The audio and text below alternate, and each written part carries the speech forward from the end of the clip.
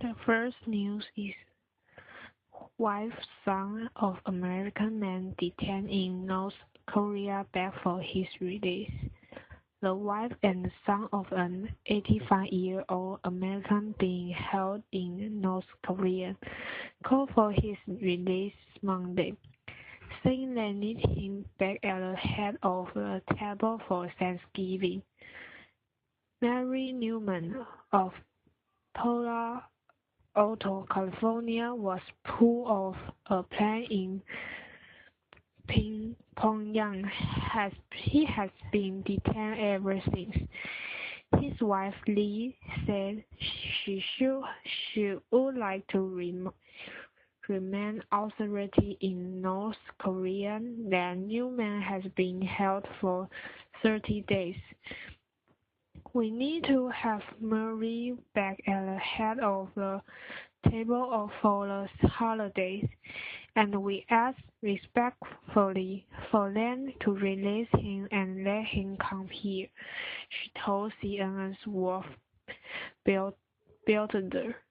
Asked what she would like to tell her husband, Lee Newman said simply, We are missing you, and we want you home. Washington does not have diplomatic relations with Pyongyang, and it has been working through Sweden, the U.S. protecting power in North Korea, to obtain information about the American. We've had talked with the State Department. Regular conversation since the detention. I think they've been working very hard to secure the release, to establish sufficient communications to get some feedback. But at this point, we don't think there's been any official feedback, said Newman's son, Jeff. The Swedish consulate, which would be the first touch point, hasn't had any contact with him, and that's what we need to know, if nothing else, to just establish his well-being and the fact that he's getting his medication. The family has said Newman suffers from a heart condition and only had enough medication for the trip.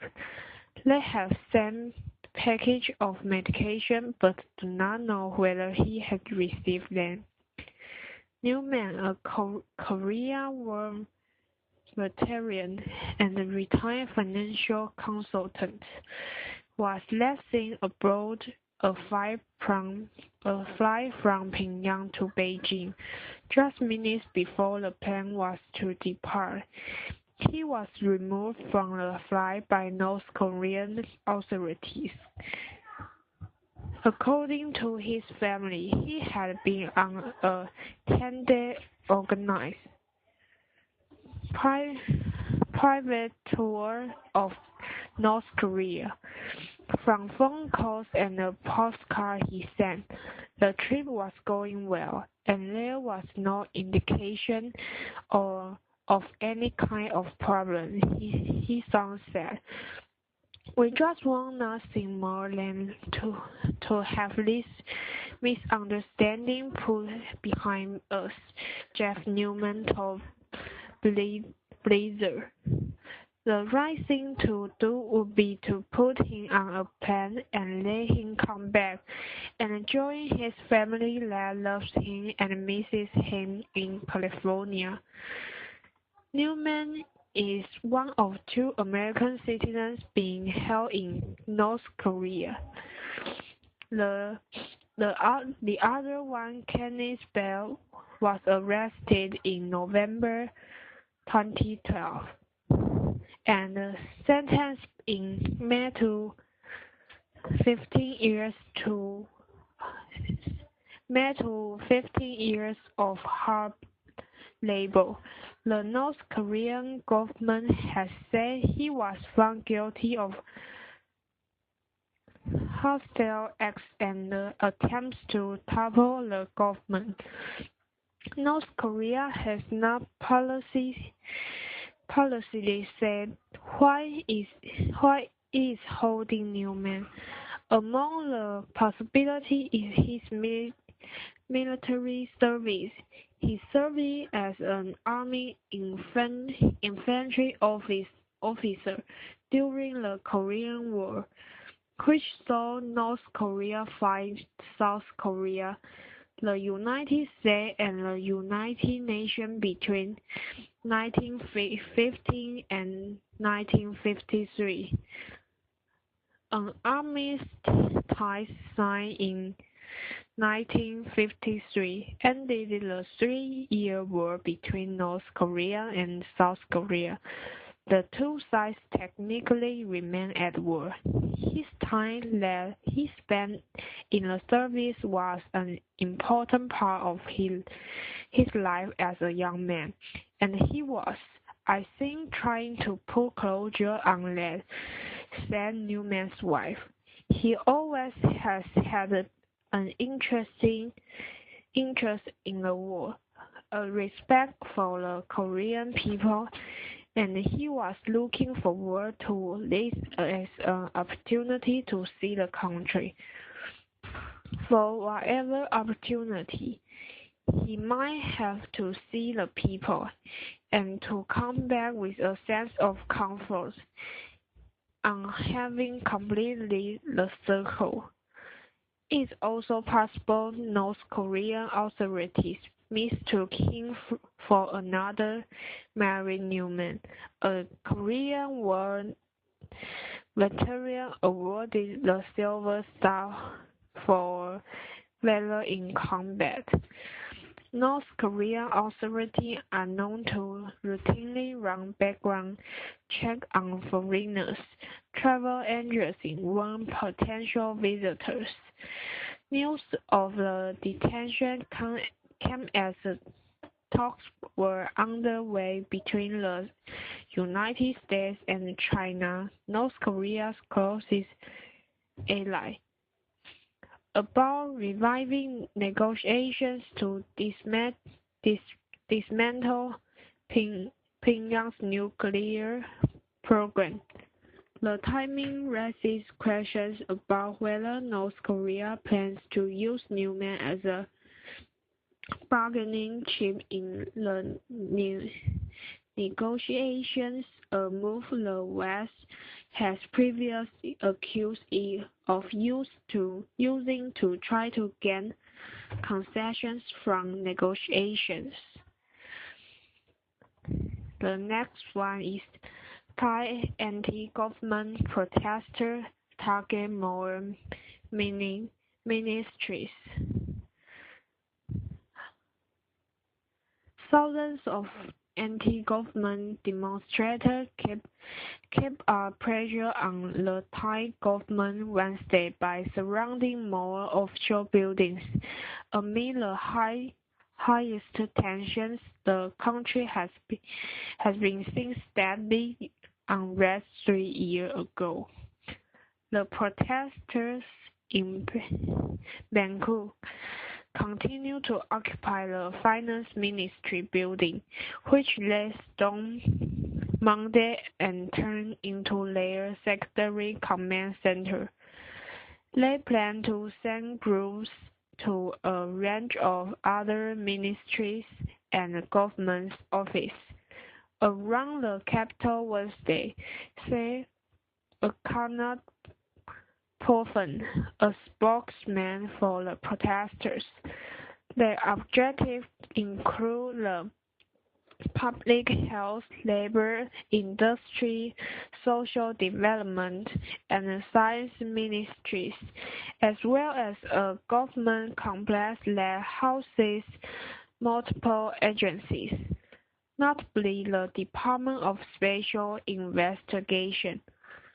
The number of demonstrators led by the opposition Democrat Party has declined from the huge gathering, roughly 100,000 people, They assembled in Bangkok in Sunday. Argonauts said the protesters believe their current numbers to be in the tens of thousands, perhaps as many as 50,000, but authorities estimate the number of demonstrators to be 10,000, said Lt. Gen. Pandora Persahana Sabut of the National Security Council.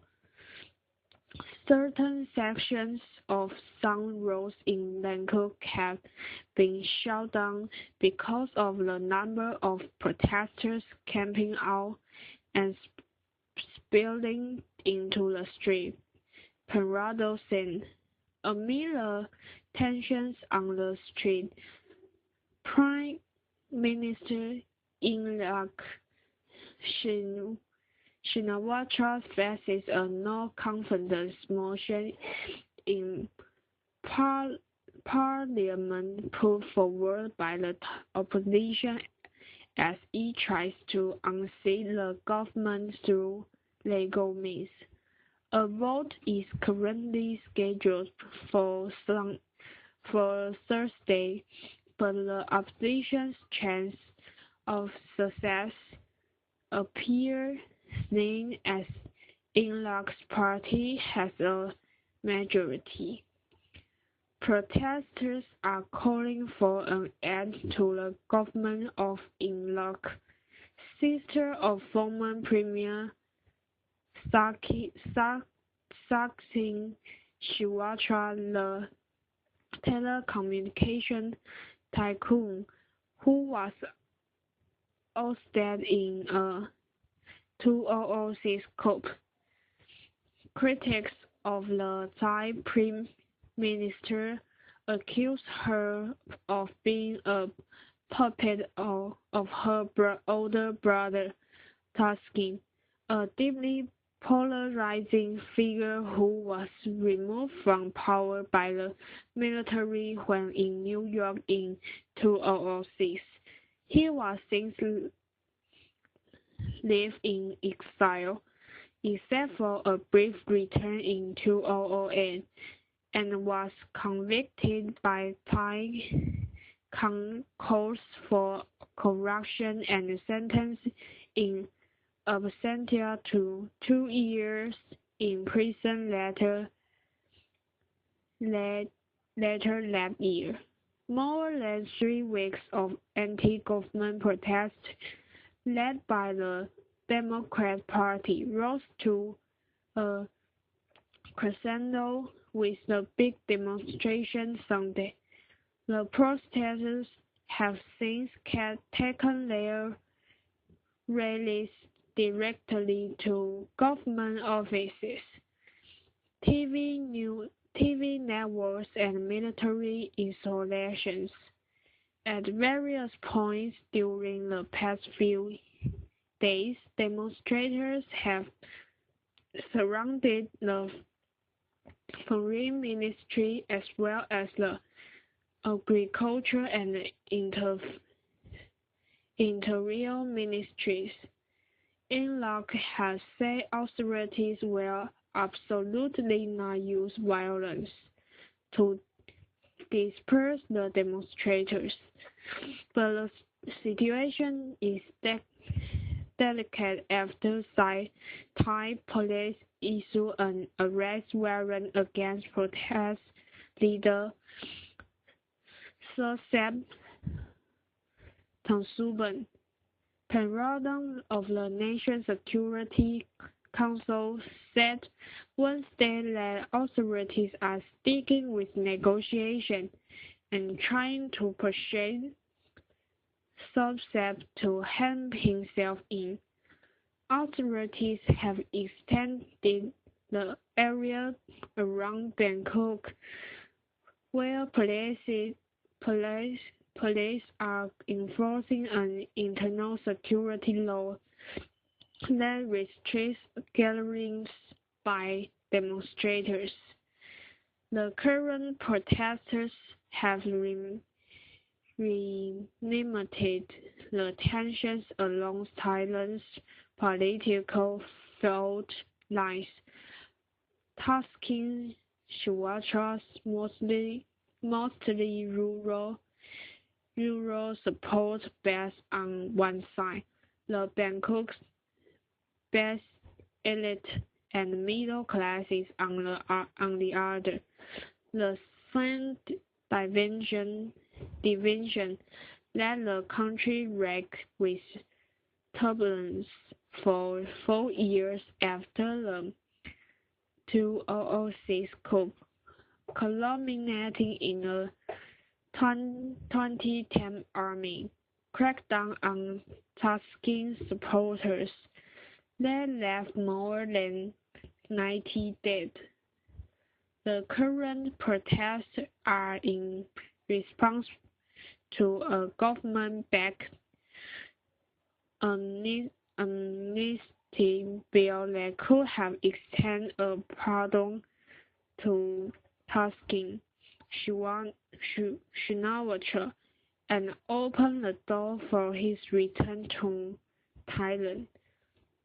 The Thai Senate rejected the amnesty bill on November 11th, but demonstrations continued with the opposition calling for the current government to be replaced by a new administration. More than a dozen countries have issued travel warnings for citizens to avoid areas near protests in Bangkok. The next news, Macy's Thanksgiving Day parade coming with a side of controversy. Another year of magic kicks off Thursday morning at the 87th Macy's Thanksgiving Day parade, with its signature giant balloons, whimsical floats, and performers taking over the streets of New York City. But a couple of displays are generating some controversy. From its modest beginning in 1924, the annual parade has become a holiday tradition featuring some of the world's most beloved characters and attractions. In all, more than 50 balloons, including Christmas, SpongeBob SquarePants, Finn and Jack from Adventure Time, and a Toothless from How to Train Your Dragon, and nearly 40 floats will roll down the streets with the new additions from Cirque du Soleil. Despicable Me, Royal Caribbean, Link Chocolate, and SeaWorld, whose float is being met with protests. Animal rights activities, including members of People for the Ethical Treatment of Animals, saying they plan to protest SeaWorld's A Sea of Surprises float Tuesday at a New Jersey location where the floats are built and stored. This planned float is deceptive in the extreme because it shows orcas frolicking in a magnificent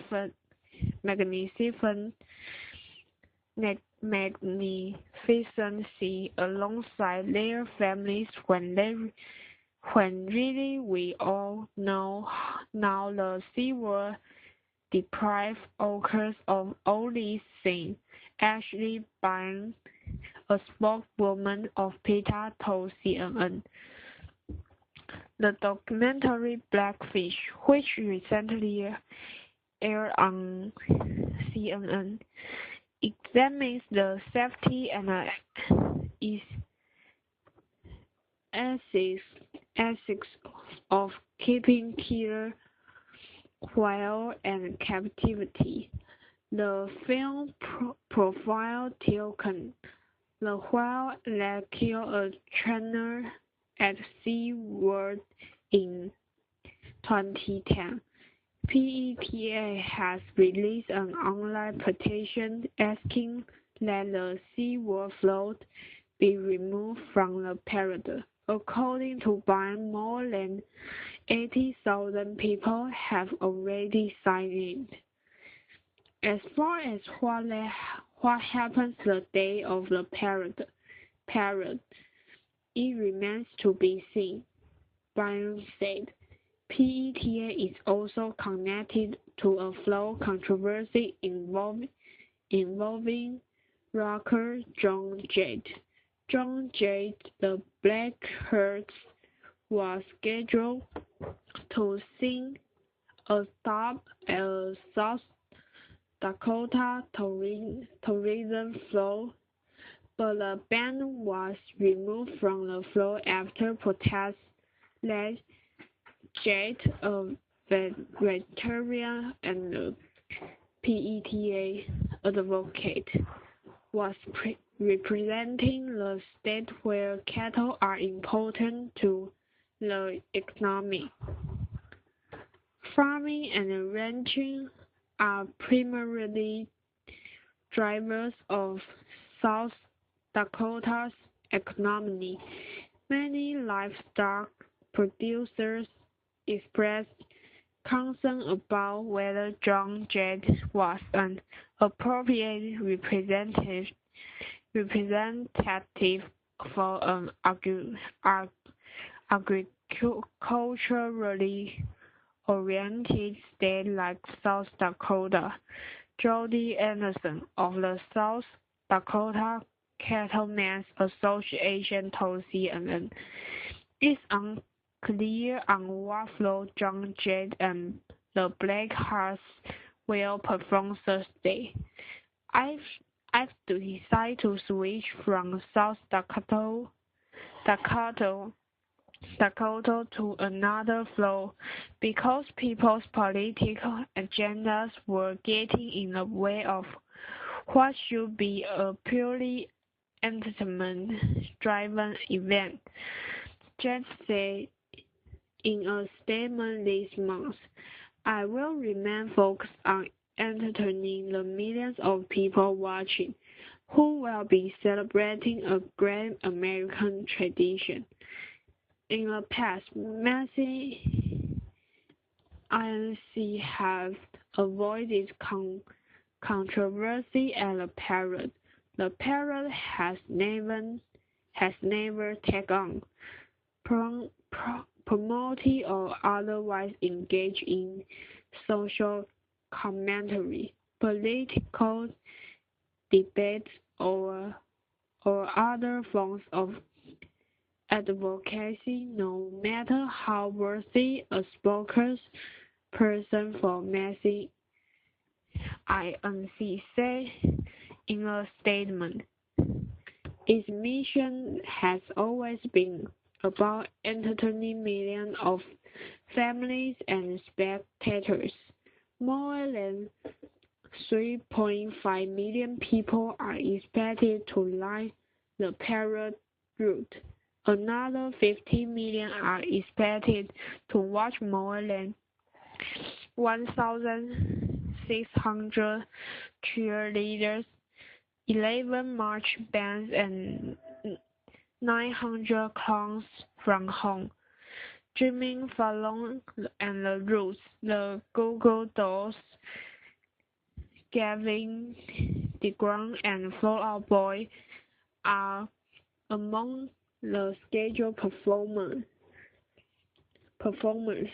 Despite recent controversies, Macy's will remain steadfast in following the guiding core of a decade-old mission: celebration and entertainment for all.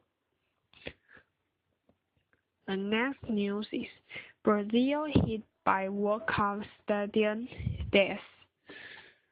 A construction accident at the site of Brazilian stadium that whereas the opening match of the World Cup killed 2 workers. Several fire officials said Wednesday. Officials initially said there were 3 victims, but the fire department amended the death toll on its Twitter account. The Arena Corinthians is one of the venues that will host World Cup matches in 2014.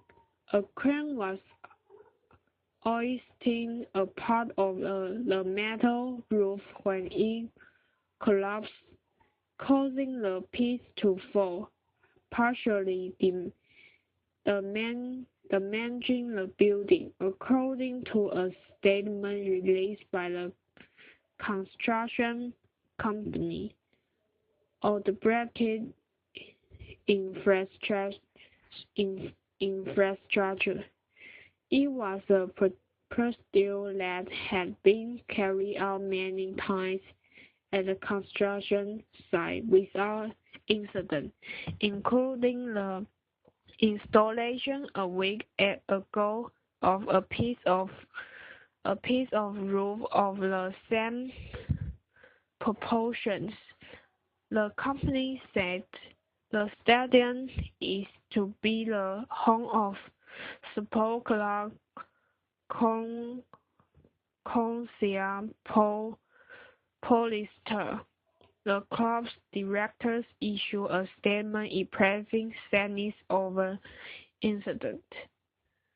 The construction company identified the victim as Fabio Luis Pereira, 24, and Ronaldo Oliveira dos Santos, 44. The accident comes as Brazil faces a approaching deadline to finish construction on its World Cup stadiums. Earlier this year, FIFA Secretary General Jerome Valcke declared that all stadiums would have to be ready by December. The tournament is to be held from June 12 to July 13.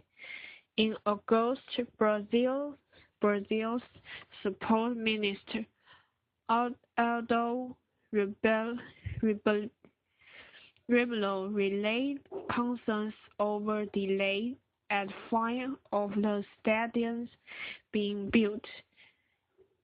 It was unknown how much Wednesday's incident would affect the construction of the Arena Corinthians.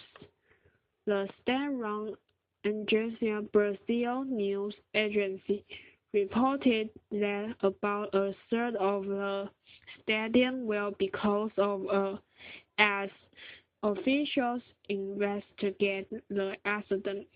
Workers were excused for several days of mourning.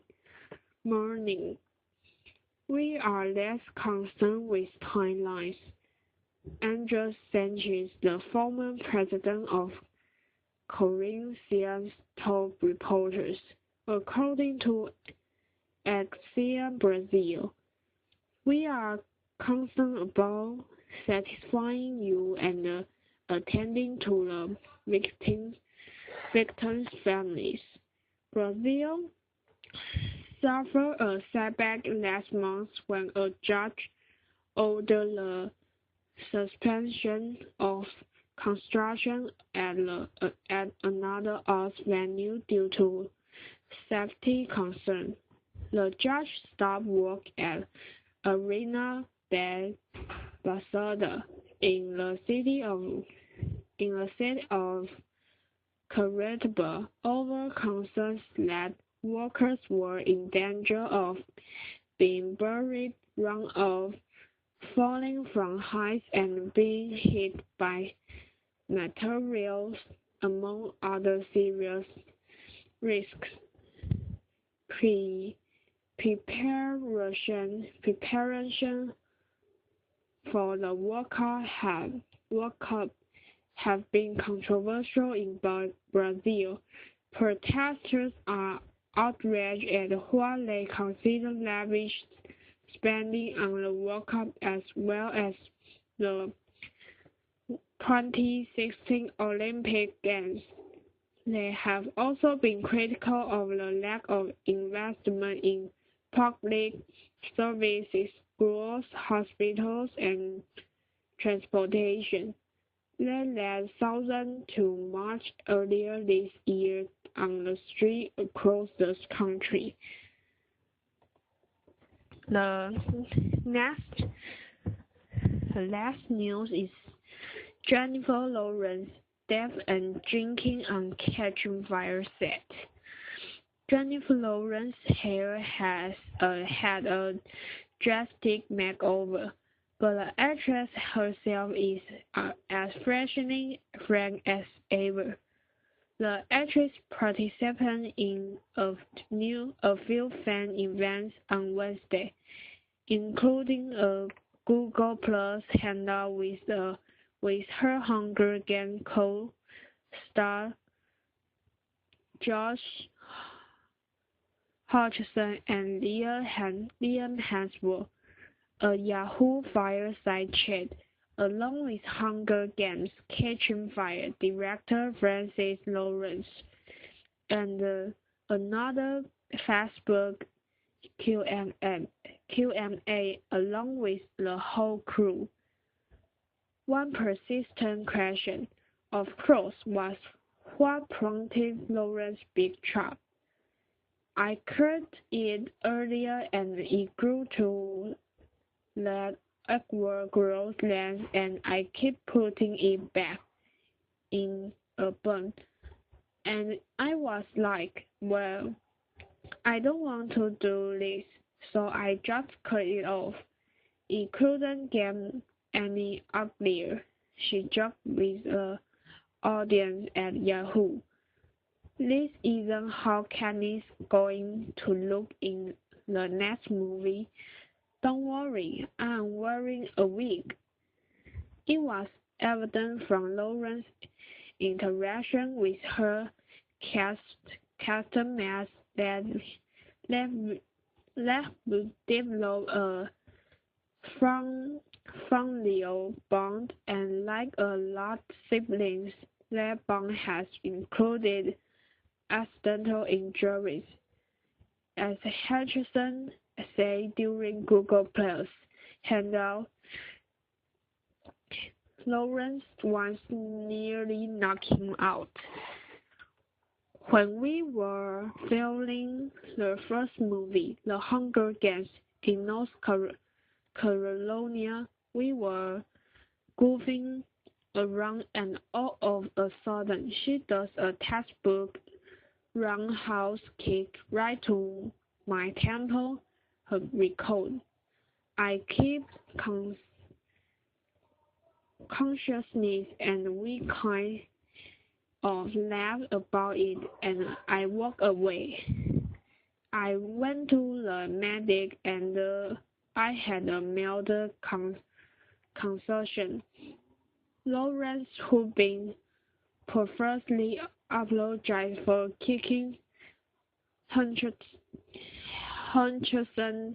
in the head from the past 3 years now, didn't expect filming the newest Hunger Games movie Catch Fire with hurting herself. I went deaf in 1 year and 2.5 weeks, the 23-year-old actress revealed. I got a double ear infection because I had to keep diving into this water, and then I had to keep jumping into this water that was supposed to be like hurricane water with really powerful jets, and punctured my eardrum. Never said Lawrence doesn't suffer for her art. It wasn't open behind the scenes. So, occasionally, a cat, particularly it sounds like Woody Harrelson, likes to let loose with a few drinks. While they were filming at the convention center in Atlanta, Henderson and Harrison were running around acting like total idiots while you guys were trying to film. It was so much fun. We were drunk, Lawrence interjected. That was fun. That was the first time I would ever drank at work. At least the show turned out okay. The Hunger Games Catching Fire opens nationwide on November 22.